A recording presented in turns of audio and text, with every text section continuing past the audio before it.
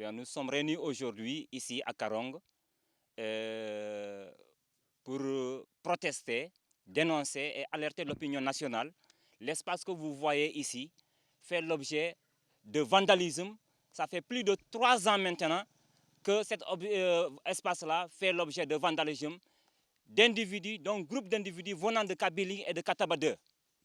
Donc, qui ont traversé la rivière, traversé les agglomérations, traverser les forêts, traverser des rizières pour se retrouver dans un espace qui nous appartient, un espace qui a été reboisé depuis 1976 et malheureusement, ces actes de vandalisme, comme vous le voyez, ont créé cette perte de plantes que vous constatez. Plus de des centaines de plantes sont coupées, du bois emporté. Alors, nous sommes là aujourd'hui pour protester contre cet état de fait. Des hectares et des hectares sont mis en nul. Donc, nous dénonçons cet état de fait et nous le protestons.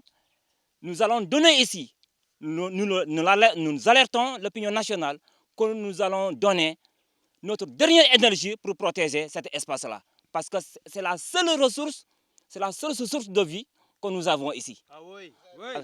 Voilà, depuis lors, il y a depuis 2019 des concertations d'abord entre parents, entre villages ont été engagées, qui ont abouti à des échecs. Nous sommes allés à la mairie de Djinaki. Aussi, les concertations ont abouti. Mais au niveau de la mairie de Djinaki, ils ont reconnu qu'effectivement l'espace là ne les appartient pas. Mais malheureusement, ils sont animés dans cet état de boulimie foncière sans pour autant se concerter avec les propriétaires de l'espace. Nous sommes allés à Djouloulou. À Djouloulou où le sous-préfet a pris un arrêté interdisant l'exploitation de la zone. Et malheureusement, cet arrêté a été manifestement violé. Alors, nous nous sommes rendus compte qu'aujourd'hui, ces gens-là ne sont pas dans les dispositions de concertation, dans les dispositions d'engager la paix avec nous.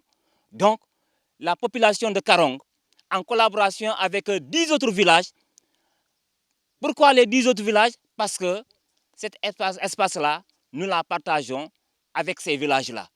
Donc, vous voyez la bande de forêt allant de Kataba 1 jusqu'à Mongon, Kandé, jusqu'à Samblandian, cette bande-là de plus de 10 hectares, de 10 km, a été occupée par ces individus. Donc, c'est des actes vraiment ignobles que nous condamnons avec la dernière énergie et nous ne l'accepterons pas. Nous ne l'accepterons pas, nous ne l'accepterons pas. Nous le protestons. Aujourd'hui, nous sommes debout. Vous avez vu le matériel à la maison que nous avons saisi. Ça a été saisi le 12 et le 13 mars.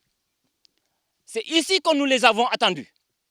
Ils sont venus en moto, avec des armes blanches, avec des coucoupes, pour couper les arbres et tenter d'occuper cet espace-là. Donc, nous nous sommes organisés et vraiment, on a dit que ça ne passera pas. Et effectivement, nous avons reçu, saisi le matériel, alerté l'autorité qui nous a demandé d'engager la concertation et de restituer le matériel. Nous sommes dans les dispositions, mais il faudra qu'ils reconnaissent que l'espace-là ne nous appartient pas. Kabylie est une presqu'île. Alors, vous ne pouvez pas traverser une presqu'île et aller dans les profondeurs des autres villages pour usurper des terres. Nous ne l'accepterons pas, nous le condamnons avec la dernière énergie, nous le condamnerons et nous ne l'accepterons pas.